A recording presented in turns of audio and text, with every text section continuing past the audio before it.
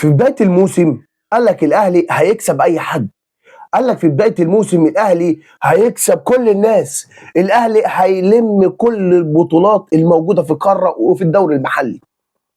بس اللي احنا ما نعرفوش اللي احنا وصلنا في شهر 4 وخلاص، كلها كام يوم على شهر 4 وخلاص الموسم يعتبر نصه شهر، والأهلي صفر من الحجم الكبير، صفر بسبب إدارة هي أساءت الاختيارات، هي أساءت الاختيارات في قصة الصفقات الكيدية وصفقات ملهاش لازمة وناس بتمسك مناصب ملهاش أي 30 لازمة وماشي بالكوسة وماشي بالعك وماشي بالقرف وما بتتعلمش من أخطائك. وحط تحتيها يا ابني 100 خط. هنتكلم على مواضيع وزي ما بقول لك كده في العنوان، الزمالك هايص والاهلي لايص. صل على النبي كده واخبط اللايك بتاعك بالله عليك، لا تنزل تعمل اللايك دلوقتي هو ناس كده. عملت اللايك؟ يلا بقى نكمل. صل على النبي كده وتعالى لي. بص بقى بن شرقي من نص ساعه ولا ساعه حسب ما انت بتتفرج على الفيديو طبعا، والنت عبال ما بحمل الفيديو طبعا انت عارف النت في مصر بيقعد وقت قد ايه، فيعني من نص ساعه حسب ما انا بصور دلوقتي ماشي. بن شرقي شال ان هو لاعبا داخل النادي الاهلي. طب كنت اصبر، يعني كنت اصبر يا بن شرقي. انا مش فاهم برضو فكره انك تروح تتعاقد مع بن شرقي، وفكره انك تروح تتعاقد مع زيزو. الجوز دول انت رحت جبت جناحين طلعوا اجنحه فراخ مش اجنحه لعيبه. انا مش شايف اي تاثيرهم في الملعب. واحد بيجري والتاني عمال شعره. مظبوط يا ابني شعره ولا لا؟ فاهم انت مظبوط ولا ايه؟ ها بس غير كده ما بشوفش. يعني بيتهيألي بن شرقي وزيزو دوت لعبوا ماتش الزمالك بس، غير كده ما لعبوش حاجه. طب هل ده حل؟ لما يطلع لك صحفي سعودي ويأكد لك ويقول لك ان امام عاشور خلاص خلص الاتفاق مع نادي القادسيه السعودي واتفق على كل حاجه واسم الصحفي محمد بن عمران، وانا قلتها لك امام هيمشي، امام هيمشي. هتقول لي لا يا عم، اقول لك لو ركزت معاه ورجعت معاه ماتش الاهلي والترجي ولو افتكرت كوره تريزيجيه وهو بيشوطها وشفت امام جاي من ورا وخبط فيه، هتقول لي يا عم لا دي يعني لخبطت في الملعب والكلام ده كله. اقول لك لا، طبعا انت عارف وانا عارف وكل الناس قاعده على القهوه عارفه ان تريزيجيه بيعمل كده وبيشوط. انت يا امام داخل تنكش ليه؟ الصوره دي او اللقطه دي توضح لك فكره اللخبطه اللي داخل فرقه الاهلي ومفيش حب في الفريق ودوت. يعني انا يعني هستعين بتصريح وائل جمعه لما قال لك خروج يليق باداره الاهلي وبلعيبه الاهلي، يليق بيهم. انك حرفيا مشيت مشيه غريبه ودخلت الموسم غريب والاهلي فقد الروح، فقد الهويه، فقد كل حاجه، وكل شويه تنزل لي بيان، كل شويه تقول لي ده احنا هنغير ونسوي. طب يا كابتن محمود ما انت اللي تمشي بقى، يعني انت اللي تمشي. ما هي الفكره يا كابتن محمود انك انت كل شويه تغير اللي حواليك وكل مره بنوصل لنفس النتيجه وكل مره بنروح لنفس النتيجه وننزل نفس البيان. يقول لك ايه؟ قرر الكابتن محمود. طب ليه ما يقررش مجلس اداره النادي الاهلي برئاسه الكابتن محمود خطيب؟ فين المجلس؟ ولا هي كلها الكابتن الكابتن الكابتن الكابتن الكابتن؟ هتقولي لا ما دي صلاحيه الكوره، ما يعني انا مش فاهم يعني ايه. ما هو النادي الاهلي ده يا جماعه ده نادي كوره، احنا عارفين ده نادي كوره، احنا ولا بتاع منشآت ولا بتاع مش عارف ايه، احنا بتوع كوره يا عم. يعني الاهلي ده لو ما كانش ناجح في الكوره مش هيبقى ناجح في كل الكلام اللي انت شايفه ده. فهي الكوره الاساس، فانت لو ما اهتمتش بالكوره انت هتلبس في الحيط، هتلبس في الحيط واديك انت في الحيط. يعني في معاه اخبار هكلمك عليها دلوقتي، بس انا بكلمك على اول نقطتين خدتهم بس. هو موضوع بن شرقي انت رحت جبته كيدا وخلاص، يعني ما بصيتش انك تروح تتعاقد مع لاعب محترف تجيبه لفرقتك يضيف عندك في الفرقه، ما عملتش اللقطه دي. انت رحت جبته وخلاص، هاته وخلاص، فاهم انت ماشي الدنيا. علامه استفهام. اهو شلك الليس، شلك ان هو لاعبا في الاهلي. وانت عارف لو اول اتنين هيمشوا من الاهلي في الصيف خدها من اخوك، امام وبن شرقي. امام وبن شرقي اول اتنين راحلين عن النادي الاهلي، امام وبن شرقي في الصيف، عشان نبقى متفقين كده ونبقى على نور. تمام. لما لاعب يعمل الحركه دي، وامام ده اساسا من ساعه مواضيعه بقى وقصص وحواراته، ده كان من بدري بقى، من بدري، بس انت مش عارف تعمل حاجه. مش عارف. الراجل شايف زيزو بياخد ارقام، شايف تريزيجيه بياخد ارقام. امام مش هو امام. امام مش هو امام اللي انت عارفه واللي انت يعني عارفه بقالك فتره. امام في ماتش الترجي مش موجود، راح بيفكر هاخد 100 مليون ولا 200 مليون ولا 150 مليون، كله بقى يفكر. ولما طلع تروب قال لك تصريح ناري، قال لك كل اللعيبه دلوقتي بتفكر في الفلوس. كل اللعيبه داخل الاهلي بتفكر في الفلوس فقط لا غير. انا دي مش فاهمها بجد يعني. ماشي. فبن شرقي غلطته من الاول ودخول الاهلي غلط، فده خلاص كده الست ماتشات يا باشا يخلصوا وتلم شنطك يا بن شرقي ومع السلامه. ماشي. امام عاشور قصته ده لازم يمشي، يعني هو لسه بقاله سنتين في عقد والكلام ده كله، بقول لك ده لازم يمشي، وادم وطن هيجيب له عقد والكلام ده كله وهيمشي من الاهلي.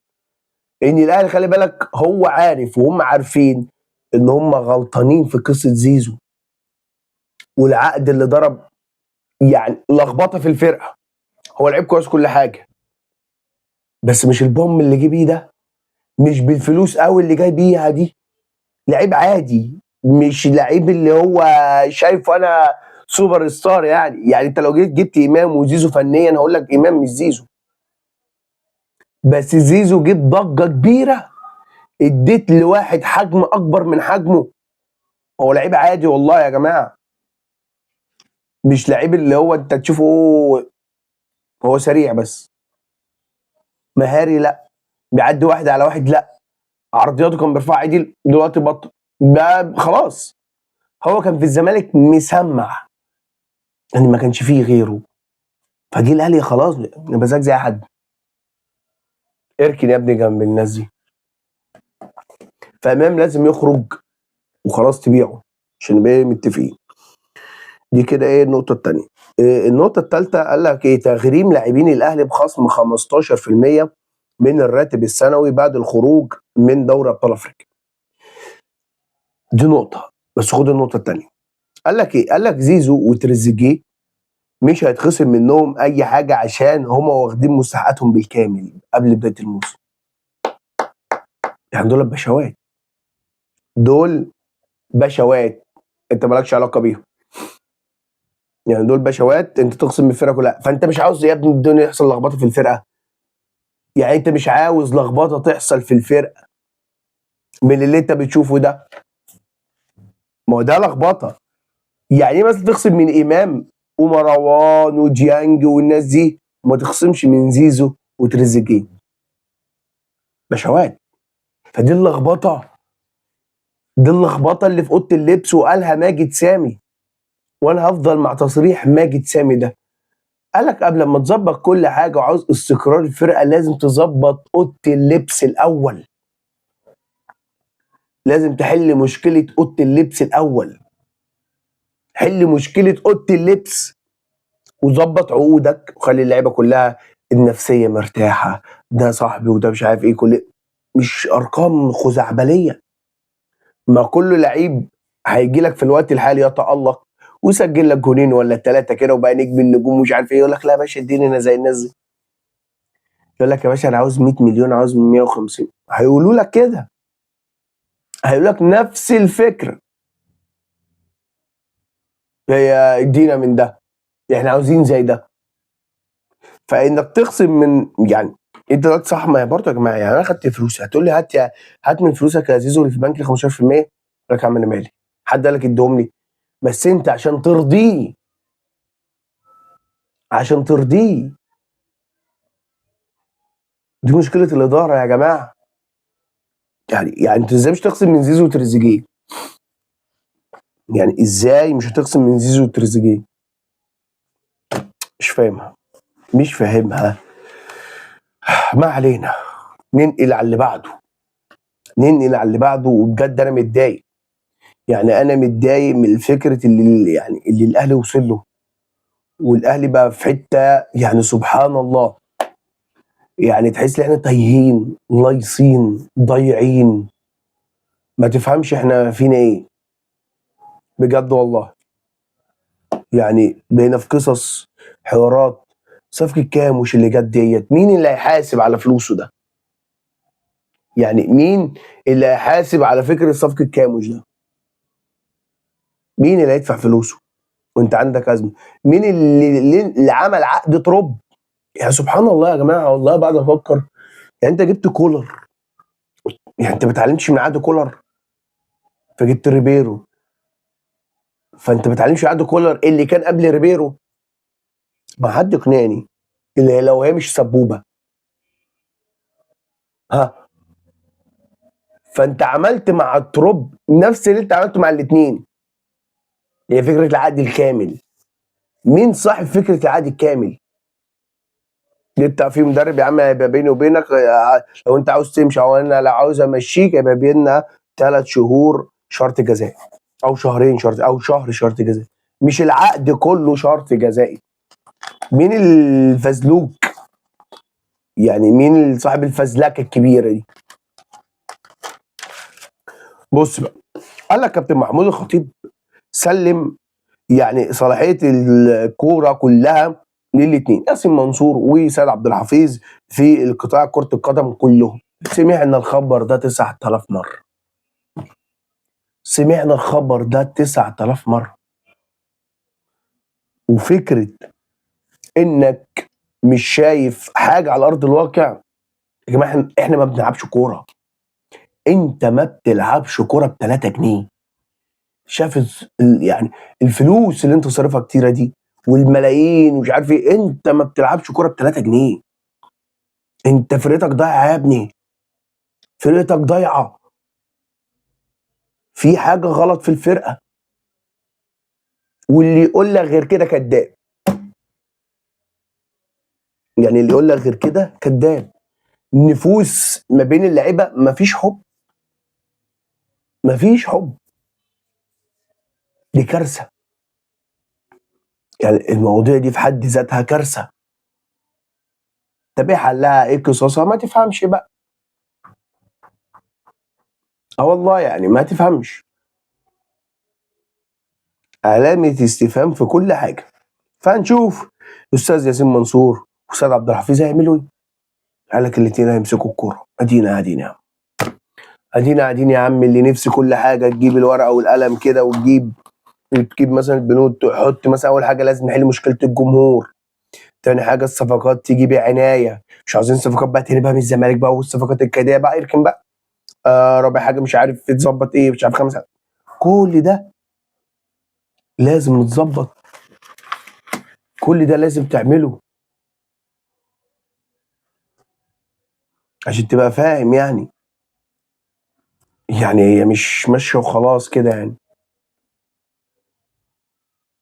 فهنشوف الاستاذ ياسين منصور وسيد عبد الحفيظ هيعملوا ايه.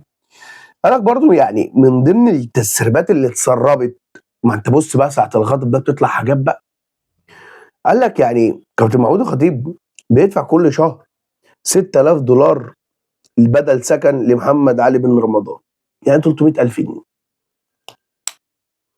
ارقام برضه يا جماعه، ارقام انا مش فاهمها، وفلوس كتير بتتصرف انا مش فاهمها. دي بتروح فين؟ طب دي بتسوي ايه؟ ما تعرفش. قصه بن رمضان وان هو ما بيلعبش وان هو مش متاقلم مع الفرقه وان هو عاوز انا نفسي افوق بقى، نفسي افوق واطلع من الحته دي. مش عارف، حاسس مزنوق فيها.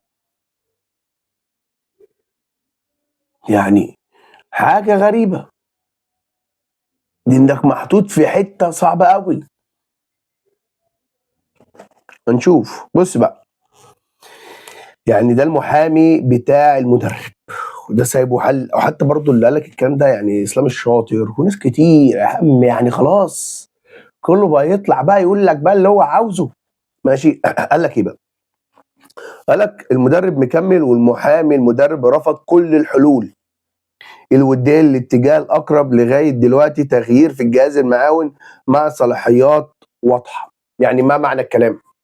يعني هيجيبوا مثلا حد يقعد معاه مدرب مساعد بس هو ده المدير الفني، تروب ده يبقى واجهه كده والله ينفع واجهه ولا زفت، بس هو خلاص ما انت مش عارف تمشيه فهو يفضل لاعب.